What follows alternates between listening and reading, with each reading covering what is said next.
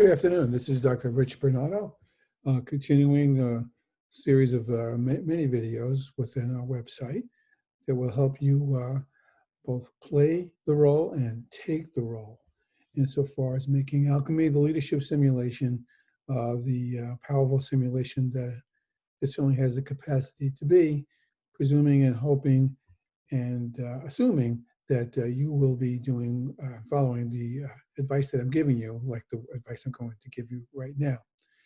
This particular video is aimed at you, Bob or Barbara, the business person, which is a role that you'll be taking if you are a member of the World Out There team.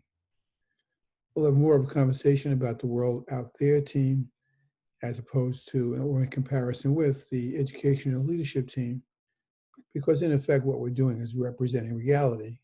And the reality is that educational leaders don't work in their own silo, although sometimes they think that they do. They in fact are embedded in a world out there. And that world out there has a lot to do with steering the decisions that the educational leadership team must either create or put in place or weld, synthesize with its counterpart. And so it's really important to understand the two pieces of roles, that is to say, ROLES roles. And the first role is playing. Now, you've been playing roles as cowboys and Indians, if you go that far back. You've been playing roles certainly in video games that you maybe have been part of. Well, of course, your life. You've been playing roles as dad, wife, mom, husband, teacher, boss, and those are all roles that you play.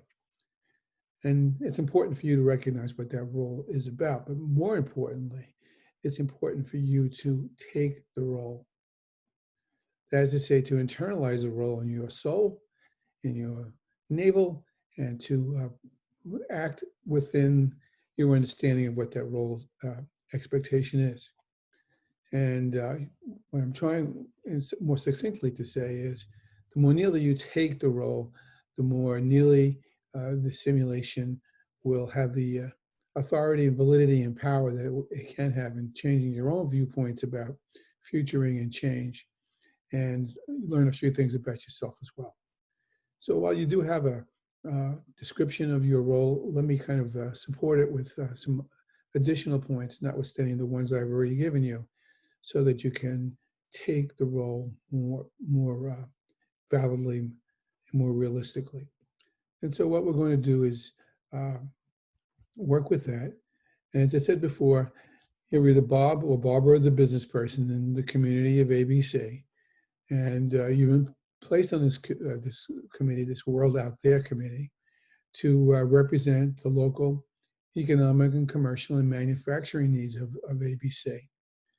Because in as much as the high school or the school district that we know as ABC is the school district that is ABC, it's clearly a manifestation of the community in which it is embedded.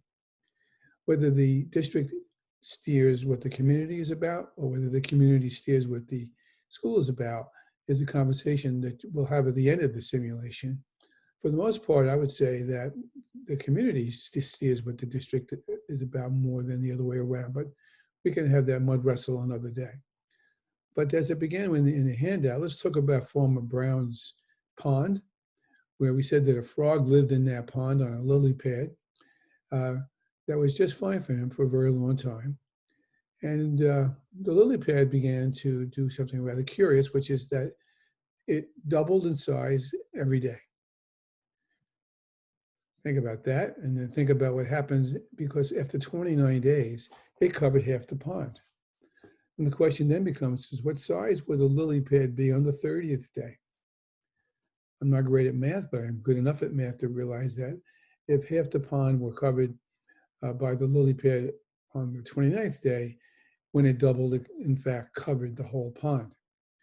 Now, thinking about the frog, if that was the case, and the pond would be covered entirely by the lily pad, what does that mean for the frog? Would the frog be able to live, catch the flies, eat whatever else insects that may be flying by, if there are no insects to fly by because the pond, in effect, has been smothered. And so since there's no sunlight to that pond, we now have a pond that's about to die. And so what would happen would be that the frog would have to leave and go find another lily pad in another pond. And we can only hope that Farmer Brown is far enough ahead, that's the key phrase, to keep that lily pad in check, not only for the pond's sake, but for the frogs and perhaps for the ecology. There's that world out there for premise again, for the ecology of the entire farm, for that matter. Now, you as a business person, you recognize that, and you see that the trend isn't good, and you're concerned about what's going on, not only for your own businesses, but for those of the town's factory owners. And in a certain sense, you're going to team up with the politician who, for some reason or another, has not paid attention to that lily pad, since that was, in essence, the economy of ABC.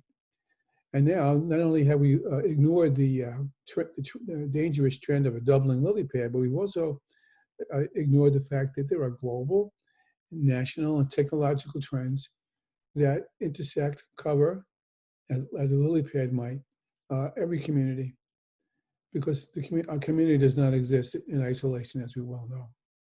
And so as a business person, you're concerned about the fact that your Main Street is now not the Main Street that you once had some thriving businesses operating in. And you can also see that some of the local industry where the people who bought things on that Main Street no longer have jobs and can no longer support a once thriving Main Street as well. And so, put all these perfect storms together, which is something like what's happening, unfortunately and realistically, for sure, around the country here in 2020, what with the ripple effects of a smothering pandemic. And so there's loss of jobs, there's loss of economic stability, tax base begins to go down, and because everyone is ignoring these things and pretending they're not existing, they're just exaggerating things that much more. And so because you're a business person, you're a can-do kind of person, you recognize that even though things seem pretty bleak, you not only have the obligation, in fact, that's really the key point here, you as the business person are obligated to try to put together the right kinds of alliances and strengths, not only among the entrepreneurs like a Steve Jobs or the politician and other engaged stakeholders, but among everyone, and certainly in partnership with the ABC School District, so that the health of the ABC School District enhances the health of the ABC community and the other way around. So in effect, you'll be able to make some lemonade out of these lemons by reinventing itself, by creating a new future. The more nearly you take those points of view into your heart, the more nearly you'll be able to pursue some of those points as the two teams begin to work among themselves and across the table with each other to recreate the ABC School District as well as the ABC community. Now, as I said before, and continue to say, that's only half of what you have to do. The other half is to take a role as a specialist with certain kinds of muscles and intellect that you need to contribute to how this all comes to pass.